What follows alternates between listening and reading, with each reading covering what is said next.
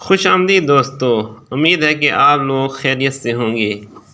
جیسا کہ آپ کو معلوم ہوگا کہ ڈینوسار پر بننے والی سب سے کامیاب مووی جوراسک پارک تھی، جسے 1993 میں ریلیز کیا گیا۔ مووی کو مائیکل کرائٹن کے مشہور آفاق ناول کی کہانی پر بنایا گیا۔ گو کہ مووی کو بناتے وقت کئی ماہرین کی مدد بھی لی گئی، لیکن اس کے باوجود اس میں کافی ساری سائنٹیفک غلطیاں موجود ہیں۔ اپنی اس ویڈیو میں ہم چند ایسی ہی غلطیوں پر روشنی ڈالیں گے، لیکن اس سے پہلے آپ سے التماس ہے کہ ہمارے چینل کو سپورٹ کریں اور اس کو سبسکرائب ضرور کریں۔ اس کے ساتھ ساتھ ویڈیو کو بھی پورا دیکھیں۔ شکریہ۔ مووی کے آغاز میں ایک ایمبر کی کان دکھائی گئی جو کہ ڈومینیکن ریپبلک میں موجود ہے۔ گو کہ اس کان میں اعلیٰ درجہ کا ایمبر ملتا ہے، لیکن مسئلہ یہ ہے کہ اس میں ملنے والا ایمبر صرف 4.5 کروڑ سال پرانا ہے، جبکہ ڈینوسار 6.5 کروڑ سال پہلے ناپید ہو چکے تھے۔ اس لیے اس کان میں موجود ایمبر سے ڈینوسار کا ڈی این اے ملنا تقریباً ناممکن ہے۔ مووی میں ایک مچھر کو ایمبر میں پھنسا دکھایا گیا، جس سے ڈینوسار کے ڈی این اے کا نمونہ بھی نکالا گیا۔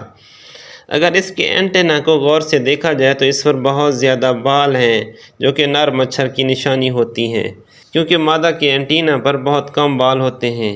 اب مسئلہ یہ ہے کہ مادہ مچھر ہی کو انڈے دینے کے لیے خون پینے کی ضرورت ہوتی ہے۔ نر مچھر کبھی بھی خون نہیں چوسا کرتے۔ ایسے میں نر مچھر سے ڈینوسار کا ڈی این اے کیسے ملا، یہ بات سوچنے والی ہے۔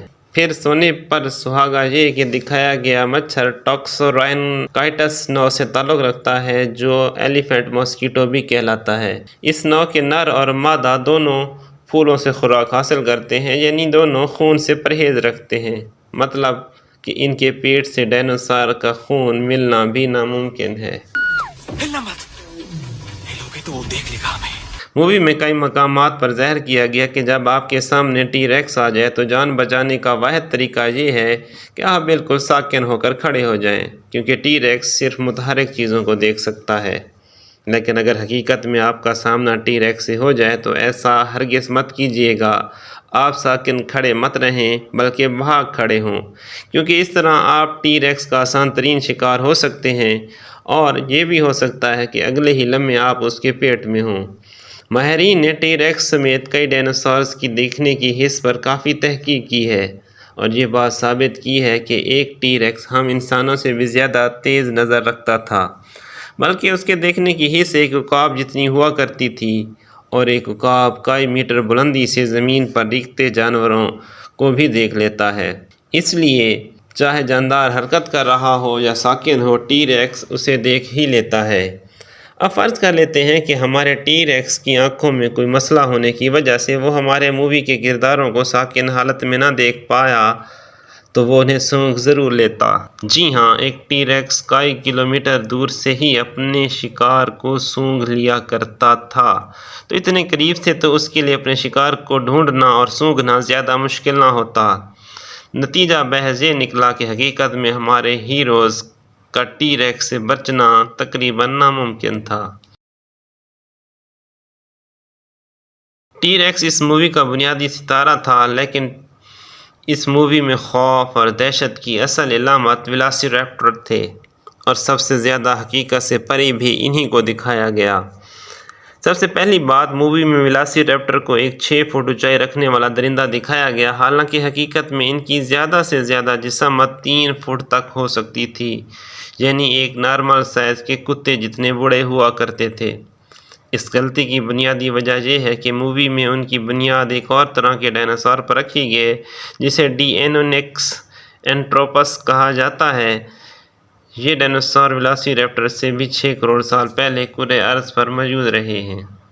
پھر مزید برآں مووی میں ریپٹرز کو موجودہ ریپٹائلز کی طرح کھردری اور خشک جلد کے ساتھ دکھایا گیا، حالانکہ ماہرین کا اس بات پر اتفاق ہے کہ ویلاسیریپٹر اکثر ڈائناسورز کی طرح موجودہ پرندوں کی سی جلد رکھتے تھے، یعنی ان کی جلد پر پنکھ ہوا کرتے تھے اور ان کے بازو پرندوں کے پروں جیسے تھے، بلکہ اکثر ماہرین کے خیال میں تو ٹی ریکس بھی پر اور پنکھ رکھا کرتے تھے۔ اس کے بعد مووی میں دکھایا گیا کہ ویلاسیریپٹر گروہ میں شکار کرتے اور موجودہ پیک ہنٹرز کی طرح ایک مربوط طریقے سے شکار کو گھیر کر اسے مار گراتے تھے۔ لیکن ان کے فاصل سے ملنے والے شواہد اس بات کی مخالفت کرتے ہیں، کیونکہ پتہ چلا ہے کہ عمر گزرنے کے ساتھ ساتھ ان کی خوراک بھی تبدیل ہوتی جاتی تھی، جو ان جانوروں کی خاصیت ہوا کرتی ہے جو تنہائی میں زندگی گزارا کرتے ہیں۔ مطلب ویلاسیریپٹرز ہمیشہ اکیلے شکار کرتے تھے۔ پھر مووی میں ان کو کافی ذہین شکاری کے طور پر متعارف کرایا گیا۔ یہ بات کسی حد تک درست بھی ہے اور غلط بھی۔ ان کا دماغ ان کی جسامت کی بنسبت کافی بڑا تھا، جو یہ بتاتا ہے کہ یہ اپنی جسامت کے دیگر جانداروں سے زیادہ ذہانت رکھتے تھے، لیکن ان کی یہ ذہانت آج کے عام پرندوں جتنی ہی ہوا کرتی تھی۔ مووی کا ایک اور کردار ڈائلوفوسورس بھی ہے۔ ان کے ساتھ بھی وہی کیا گیا جو ریپٹرز کے ساتھ کیا گیا، یعنی انہیں بھی غلط طریقے سے دکھایا گیا۔ سب سے پہلے جو چیز ان کے بارے میں غلط دکھائی گئی تھی وہ ان کا سائز تھا۔ جہاں ویلاسیریپٹر کو اپنی جسامت سے بہت بڑا دکھایا گیا، وہاں ان بیچارے ڈائلوفوسورس کو ان کی اصل جسامت سے بہت زیادہ چھوٹا دکھایا گیا۔ اگر آپ غور کریں تو مووی میں ان کی جسامت ایک عام کتے جتنی ہے، لیکن حقیقت میں یہ ایک ٹی ریکس سے آدھی جسامت کے ہوا کرتے تھے۔ دم سے سر تک ان کی کل لمبائی 20 فٹ تک ہو سکتی تھی، جبکہ کولوں تک ان کی اونچائی 9.5 فٹ تک جا پہنچتی تھی۔ پھر مووی میں ان کو ایک ناگ کی طرح پھن پھیلاتے بھی دکھایا گیا۔ دکھنے میں یہ شاید شاندار لگتا تھا، لیکن حقیقت میں ڈائلوفوسورس ایسا نہیں کر سکتے تھے۔